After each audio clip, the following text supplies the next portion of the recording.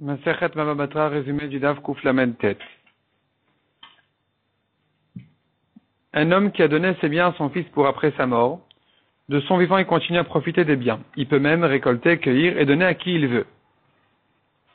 Ce qui est resté récolté à sa mort se partage entre tous les héritiers.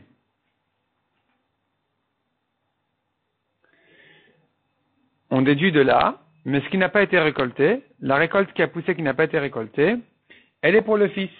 Elle est pour le fils qui doit recevoir ce champ-là à la mort du père. Il n'a pas à payer aux autres. La Gemara dit, mais dans un cas où ça a été vendu à quelqu'un d'autre, à un étranger, ou que le père a donné à un étranger, lui n'aura pas de droit sur la récolte qui n'a pas encore été récoltée. On devra la calculer et la payer aux héritiers. Parce que vis-à-vis de son fils, un homme, son esprit est proche de son fils. Il veut donner à son fils même la récolte qui n'a pas encore été récoltée à sa mort. Et là, son fils les prendra même sur le compte des autres héritiers. Tandis que si c'est un étranger, il n'a pas de droit sur la récolte qui n'a pas encore été récoltée. Il doit la payer. Il n'aura que un droit sur le champ même. Mishnah suivante. Un homme a laissé des garçons grands et petits. Les grands n'auront pas le droit de s'habiller sur le compte des petits. Les petits n'auront pas le droit de se nourrir sur le compte des grands, parce qu'habituellement, les habits des grands, des adultes, coûtent plus cher, et la nourriture des petits peut coûter plus cher que celle des grands. Et là, on dit non, chacun, on se partage de manière équitable. Pareil pour des filles, on se partage de manière équitable. Grandes et petites, il n'y a pas de garçons, elles doivent se partager équitablement. Si maintenant, les grands ou les grandes filles, s'il n'y a pas de garçons, se sont mariés de l'héritage après sa mort, les petits ou les petites aussi pourront se marier après sa mort. Donc, s'il n'y a que des garçons, les petits se marieront. S'il n'y a que des filles, les petites se marieront de l'héritage. Mais si maintenant, le père avait marié les grands de son vivant, les petits ne pourront pas dire après sa mort, d'abord on se marie, et après on partage. Ici on commence le partage immédiatement après sa mort. Peu importe si certains sont mariés et d'autres ne sont pas mariés, on se partage équitablement.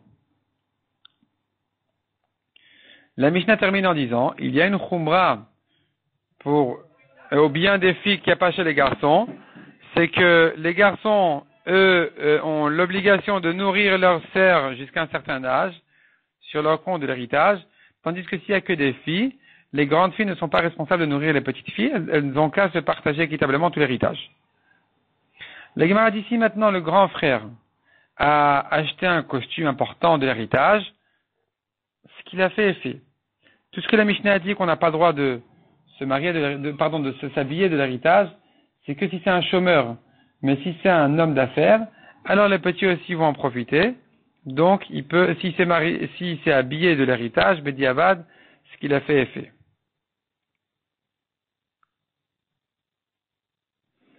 La Gemara pose maintenant une question. Une fille qui a emprunté de l'argent et qui a utilisé l'argent, elle s'est mariée maintenant.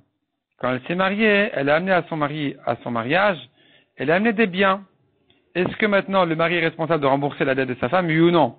Est-ce que tu le considères comme un acheteur de sa femme qui n'est pas responsable donc des dettes à l'oral de sa femme, de son vendeur qui est sa femme, ou comme un héritier qui est responsable même des dettes à l'oral de celui de qui il a hérité? La Gemara ramène plusieurs preuves et exemples. On considère le mari comme un héritier. Première preuve, c'est de la Mishnah, mais la Gemara repousse la preuve.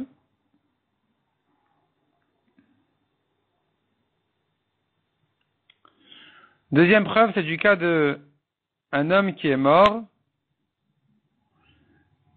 Sa veuve se nourrit des conditions de l'Aktuva, elle se nourrit de l'héritage. Il avait laissé une fille, la veuve va se nourrir des biens de la fille. Même si la fille s'est mariée, et même si elle est morte ensuite, elle continue à profiter des biens de son gendre. Donc tu vois que le gendre est considéré comme un héritier et pas comme un acheteur, parce que s'il était un acheteur, il n'aurait pas été responsable ici. Deuxième preuve qu'il est considéré comme un héritier,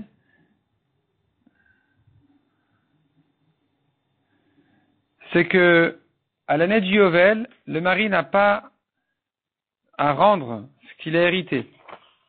S'il était un acheteur, il aurait dû rendre l'héritage de sa femme, à la famille de sa femme. Donc on voit dans ces cas-là qu'il est considéré comme un héritier. La Gemara explique qu'en réalité, on cherche le bien du mari en principe, sauf dans le cas de la veuve où pour ne pas qu'elle perde, on l'a considéré comme un héritier.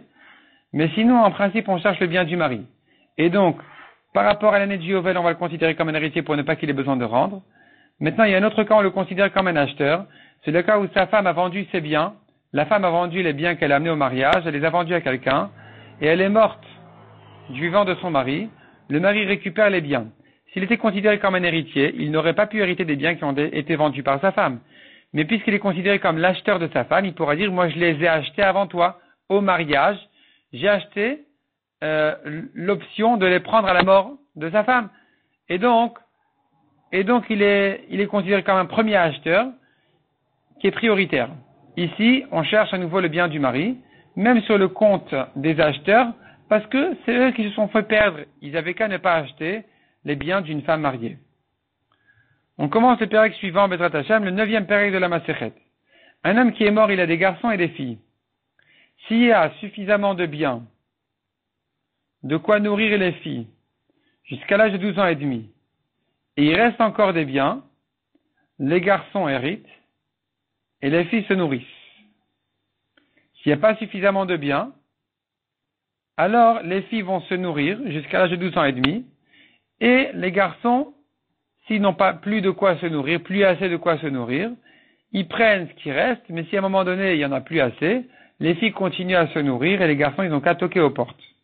La Mishnah dit que selon Admon, et Rabban Gamliel est d'accord avec lui, il n'y a pas de raison qu'un garçon doive perdre et souffrir du fait qu'il est garçon, que sa sœur elle se nourrit alors que lui il doit toquer aux portes. La Gemara ramène encore une manière de calculer qui dit, en fait, on regarde s'il y a suffisamment de quoi nourrir les garçons et les filles pendant 12 mois. C'est là on dira que dorénavant, les garçons, ils héritent et les filles, elles se nourrissent. Mais s'il n'y a pas assez de quoi les nourrir 12 mois, sur ça on a dit, il y a peu de biens, les filles se nourrissent et les garçons ont qu'à toquer aux portes. Mais comme on a dit, la Gemara ramène plusieurs Amoraïm qui ne pensent pas comme ça, et qui d'après eux, ça se calcule jusqu'à l'âge de 12 ans et demi pour les filles, et le reste est pour les garçons.